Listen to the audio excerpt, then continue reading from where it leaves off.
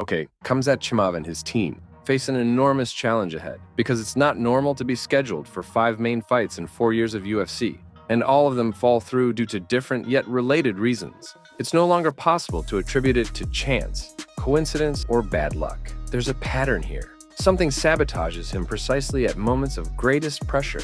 Could it be that he trains so hard, demands so much from his body, that the combination of nutrition, supplements, and rest becomes inadequate and his immunity drops? Even Bo Nickel mentioned hearing wild stories involving Darren Till and some parties. Could this be the problem? Perhaps Khamzat is bizarrely anxious, stressed, and succumbs to his own emotions before stepping into the spotlight. Actually, this theory makes much more sense because inside the cage, we can see the difficulty he has managing energy, controlling emotions, and maintaining a consistent pace. There's never a break in rhythm, as if he wants to end the agony as quickly as possible. As I always say, Khamzat doesn't tire quickly because he lacks stamina or trains inadequately. It's because adrenaline consumes him.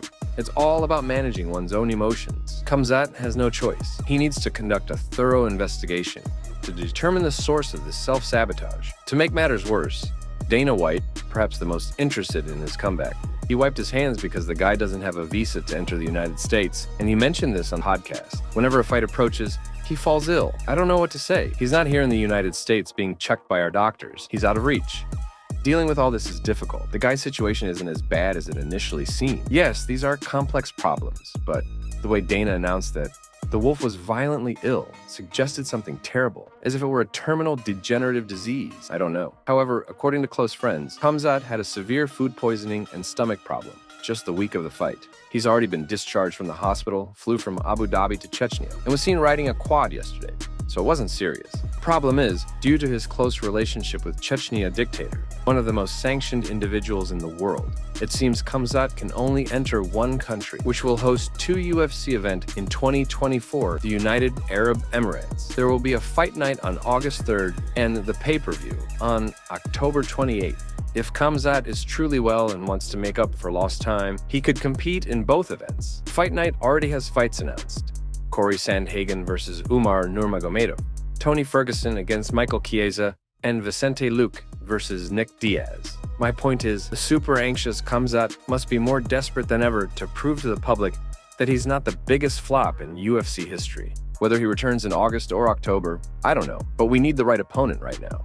I conclude that Paulo Costa is simply the luckiest fighter in sports history. Think with me, if Khamzat fights in August, Whitaker, Aliskerov, Adesanya, and DDP are out of the question. Sean Strickland has also made it clear that he only fights for the title. Nassourdine Imavov is reserved for the Paris fight night, and they could even rematch Jared Cannonier. There could be a small bidding war between Marvin Vettori and Brandon Allen and Paulo Costa to decide the next contender. Who among these three is by far the most popular and has an established rivalry with the Wolf? Costa has already potentially secured a place to fight Khamzat. What are Vettori, Allen, and the other competitors doing about it? Nothing. Taking advantage of the fact that the topic is in evidence, only Costa seems to do it. In the future, Costa's case will have to be taught in university, because as a guy with 4 losses in 5 fights, 0 wins over ranked opponents, 0 wins over UFC contracted athletes, coming from the coldest performance of his career, he is a candidate to face the most popular athlete in the weight class next, after facing 3 former world champions in sequence. If I were a competitor, I would take notes instead of stewing in anger, because whether winning or losing, performing well or poorly, opportunities keep coming for this guy. And it's not just luck. Plus, on paper at least, in my opinion, Khamzat is a favorable technical matchup for him. If Costa goes there, defends the takedowns, or at least survives until Khamzat gets tired and takes away Chimaev invincibility, Costa becomes huge. And if he loses well in the way that he's lucky, he can find a narrative and compete for the title in the next round. I don't doubt it anymore, but of course, this is just my point of view.